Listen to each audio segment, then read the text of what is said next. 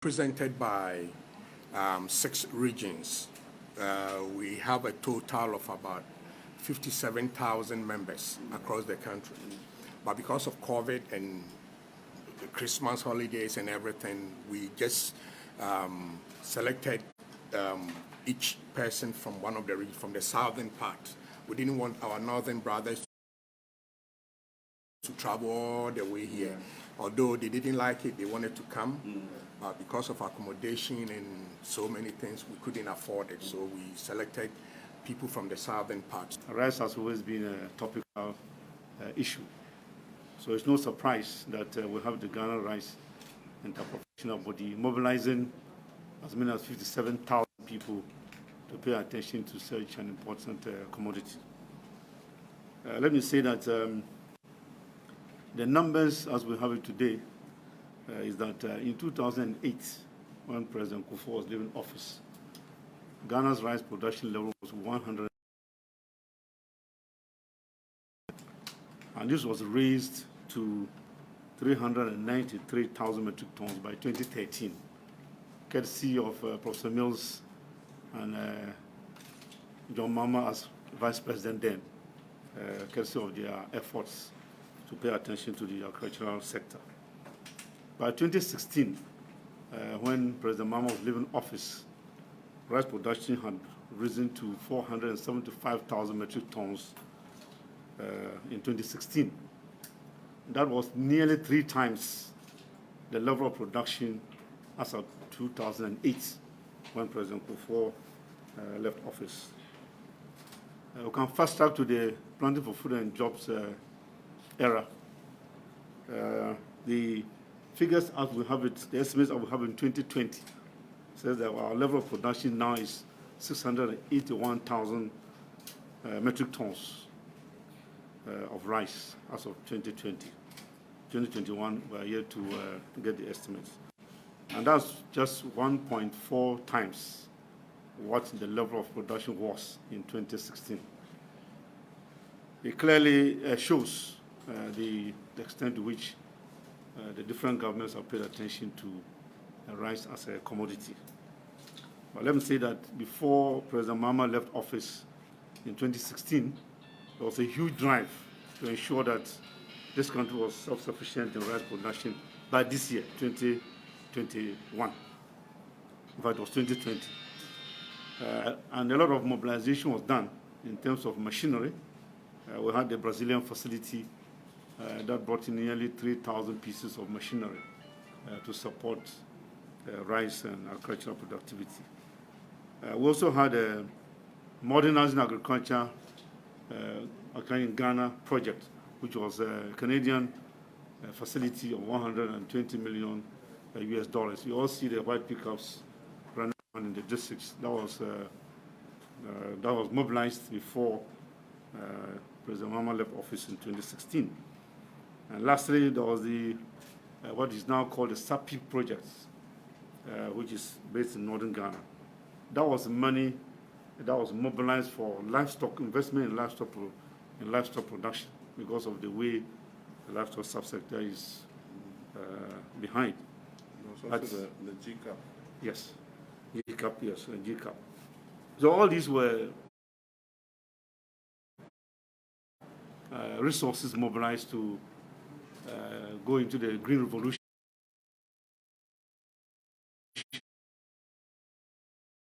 as was established in the 2016 manifesto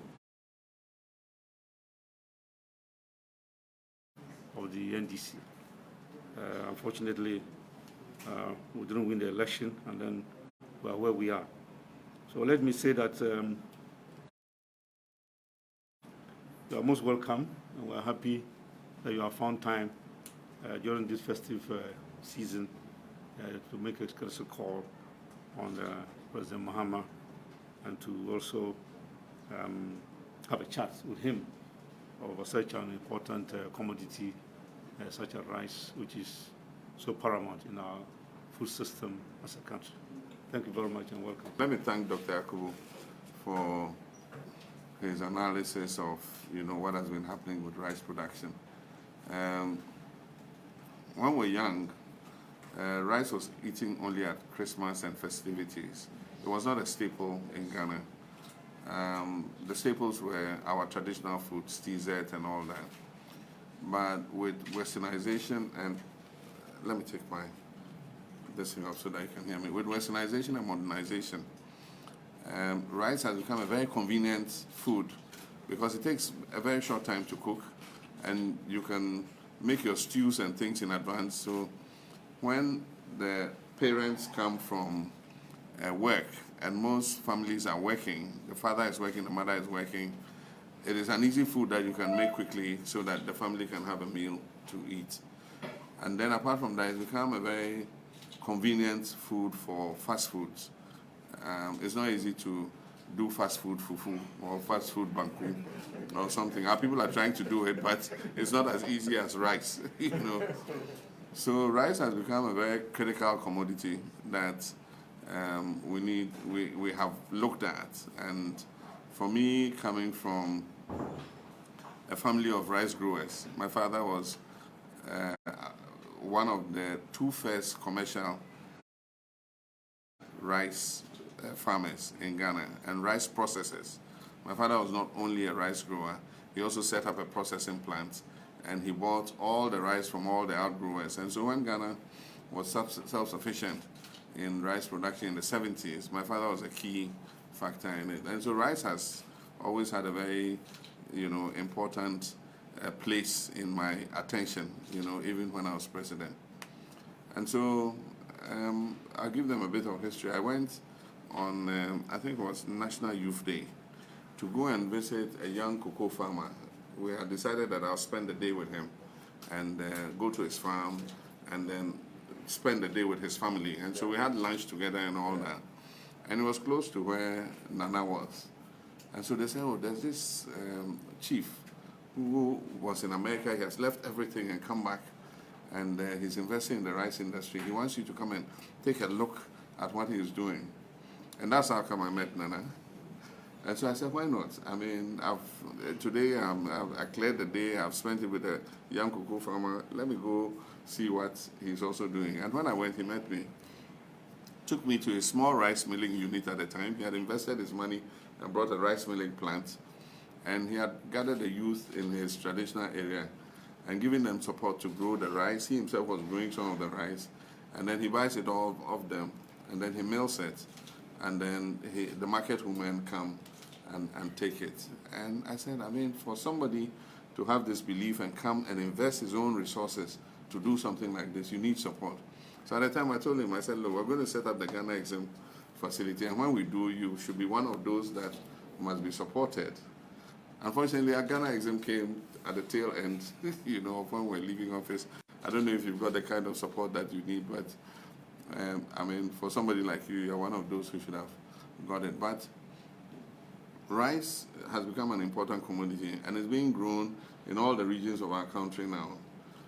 Formerly, it was mostly not the north, because of the level ground was the most ideal place. But now we have lowland valleys and things where rice can be grown, and they have more humidity and moisture. So places like the Volta region are becoming very, strong, competitors in the rice growing area, Western region and other places. And so we can exploit all that to grow more rice. But it takes people who have an interest in it, and government must step in, because it's not about growing the rice, it's about providing the processing facility to move the rice from the farm to the market. I mean, nobody goes and buys paddy rice to cook and eat. They want the rice, prepared so that they can just put it in the pot and cook it. And so between the farmers and the market, there must be enough processing capacity. And so in our time, we try to push processing. The Brazilian company, that set up the mill in Volta region, we encouraged them. They came as investors. We made them, invest. And so the Avnash, rice mill plant in Yankwala, the Avnash family came here, and I told them that, look, we want to recapture, rice production, so set up a rice milling plant for us. And they did. That rice milling plant is there. It's a first-class rice mill. So we have the capacity to be able to produce enough rice to feed ourselves in this country and even to export, you know. But it needs that government must, you know, come in. Private sector alone cannot, you know, raise the resources to be able to do it. And so I have said several times that we need a capacity to process.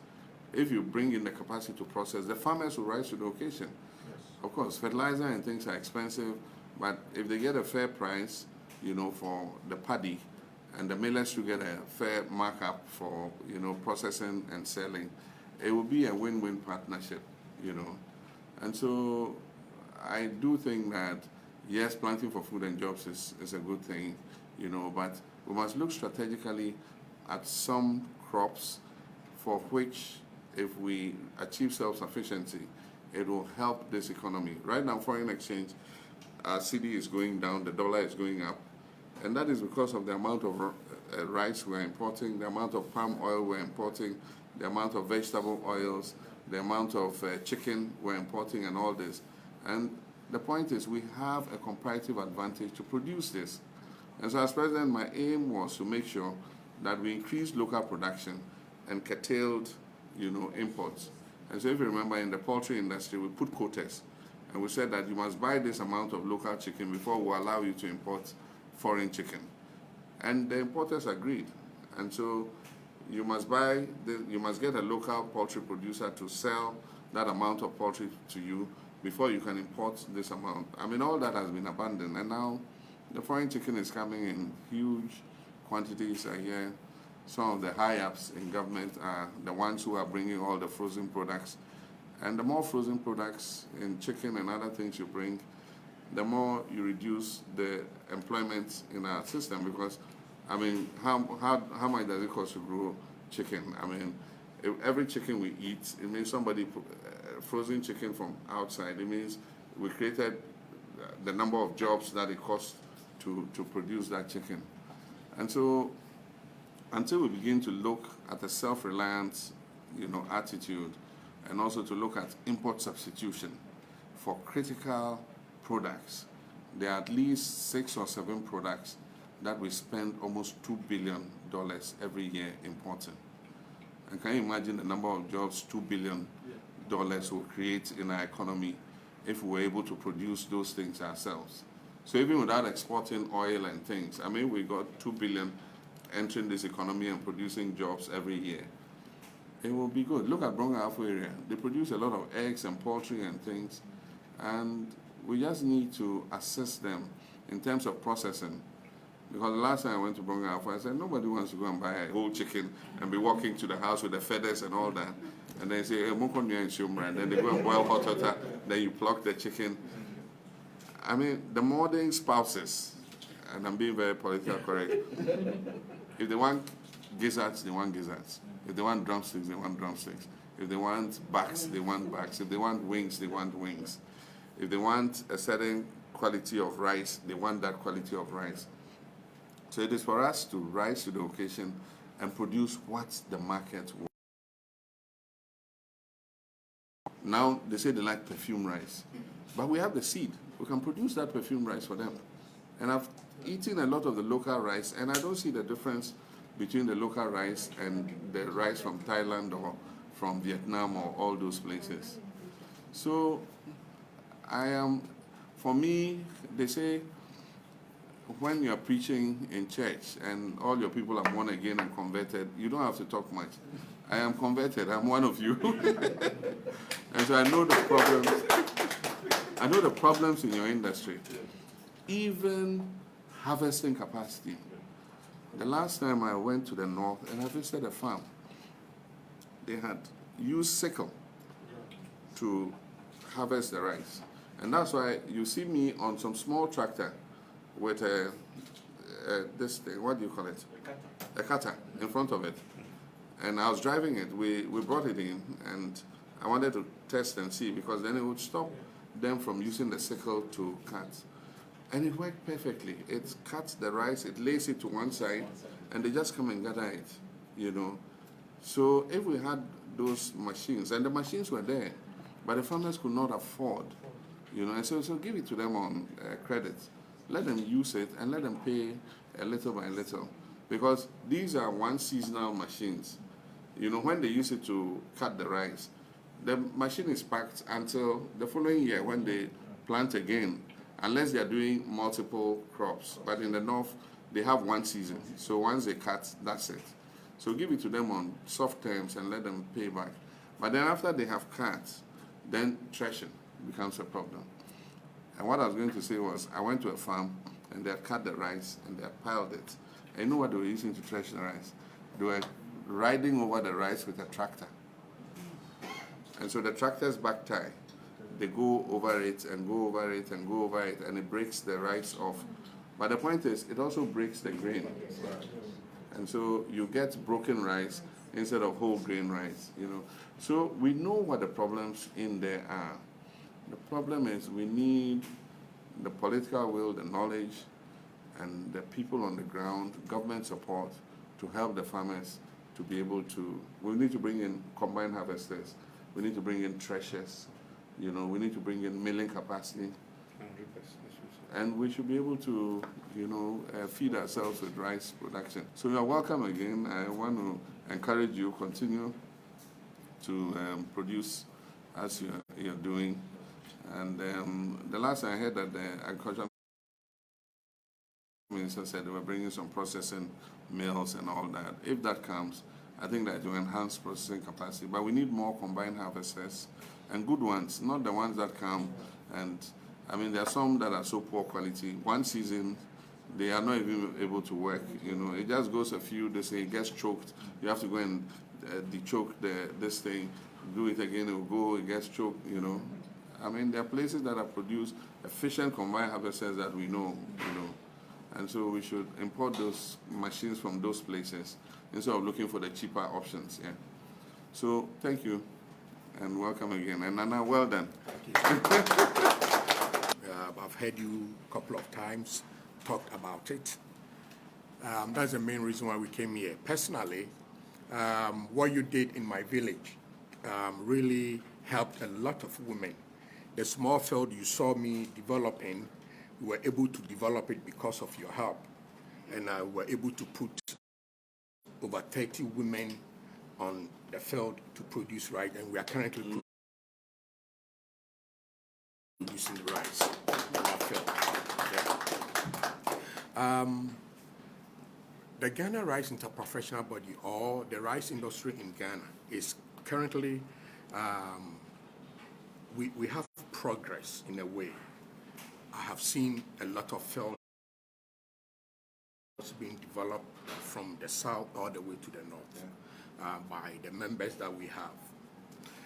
Currently, we want people like you to start, talk about Ghana rice more for us.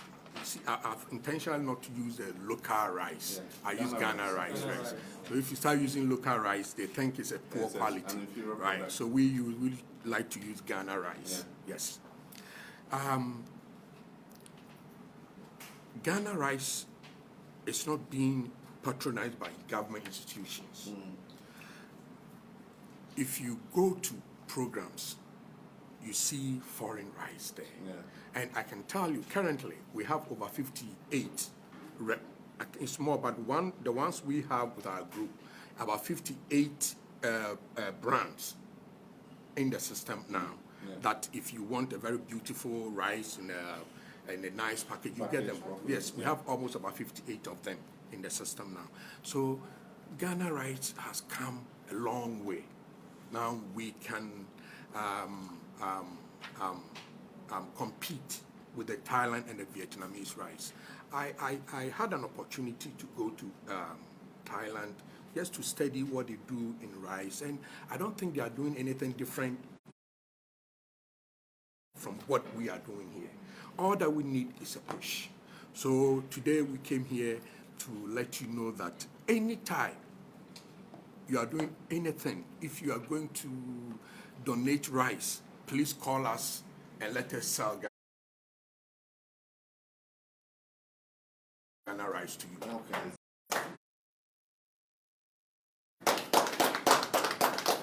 We are still surviving. Well, with all the difficulties in terms of going to the banks to borrow, rice farmers are still farming. The millers are still working.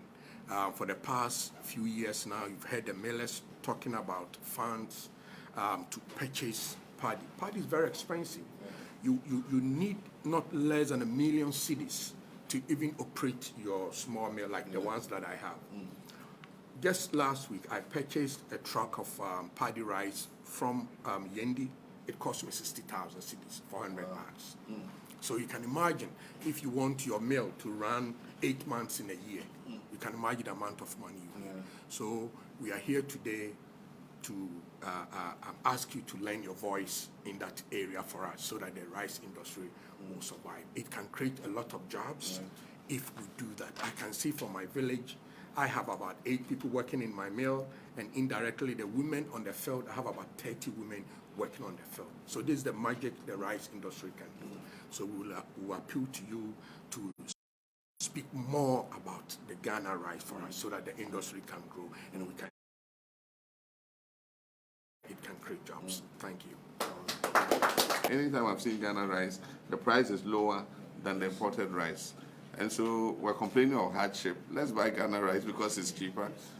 And I'll also appeal to government. I mean, government is the biggest spender in our economy. And so if we even put a caveat that all government procurement must give priority to Ghana rice, it's only when it's not available that we might have to fail, then we should be able to use government's procurement muscle to even improve consumption of our own rice, rather than the imported one. And it will help us in terms of our foreign exchange.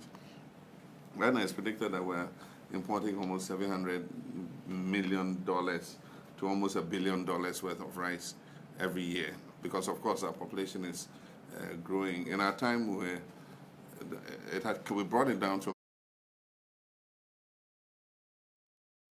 almost $300 million worth of rice, because we had bumped up local rice production. But I mean, the population has grown, so there's more consumption going on. We must be able to reduce the imported and increase the local. So in me, you have an advocate, and I'll continue to, advocate for you, whatever support government can give. Ghana Exim is giving a lot of support to 1D, 1F, but we must look at agro-processing, as a priority. And so rice production, production of processing of ginger, processing of cassava, processing of other agricultural products should be where, government's priorities, especially Ghana Exim. I mean, we should put our money where our mouth is. And I think that if we do that, it will bring the economy out of the crisis that we currently have. So wherever I am, I'll continue to be your chief advocate. And I'll encourage you not to give up. Just continue. I know there are difficulties, but I'm sure that we'll overcome. Okay, so we need